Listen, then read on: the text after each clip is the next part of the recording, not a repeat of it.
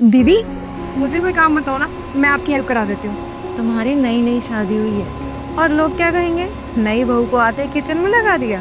तो क्या हुआ दीदी, हर माना कि आप इस घर की बड़ी बहू हैं, तो इसका मतलब ये तो नहीं कि सारा काम आप ही करेंगी। बताइए, मैं कुछ काम कराती हूँ।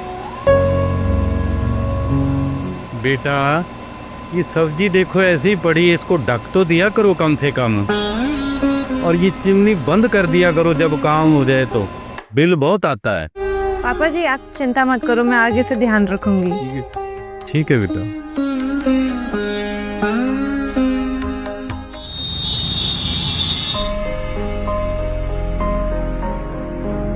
बेटा जब वहाँ बाहर बैठे हो तो इस कमरे का लाइट और एसी बंद कर दिया करो। पता पिछले महीने कितना बिल आया था? पापा जी वो सॉरी पापा जी, दिमाग से निकल गया था, आगे से ध्यान रखूंगी।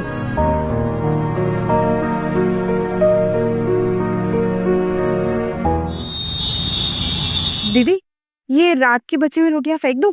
हाँ वो पर बेटे रोटियां बढ़ाया ही उतनी करो ना जितनी खाई जा सके, इतनी फालतू क्यों बढ़ाते हो कि फेंकनी पड़ती हैं? लेकिन पापा वो सॉरी पापा जी, वो गुरप्रीत की रोटी बच गई थी, उसने नहीं खाई थी, आगे से ध्यान रखेंगे। ठीक है, आगे से ध्यान रखना।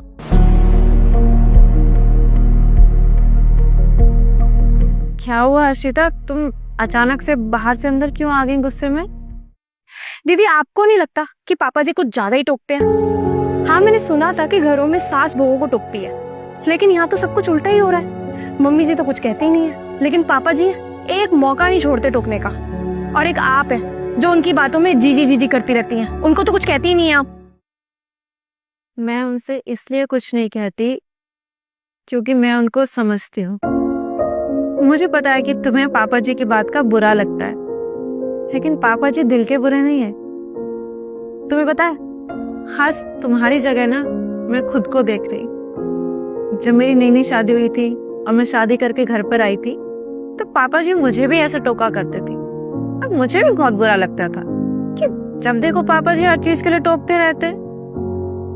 तब मुझे मम्मी ने बताया कि जब वो शादी करके घर में आई थी ना, तब उनके पास ना सिर्फ एक कमरे का घर था, और आज जो हम इतनी आसानी से एसी में बैठे हैं, सारी फैसिलिटीज है हमारे पास, वो सिर्फ पापा जी की कड़ी मेहनत का नतीजा है।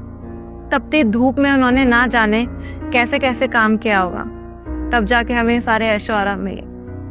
हाँ पापा जी हमें इसलिए टोकते हैं कि हम चीजों की कदर करें, क्योंकि हमें सारी चीजें आसानी से मिल गई है ना। और कहते हैं ना, जब कोई चीज आसानी से मिल जाए ना तो हमें उन चीजों की कदर नहीं होती। बस पापा जी इसलिए समझाते हैं क्योंकि पापा जी को इन चीजों की कदर है।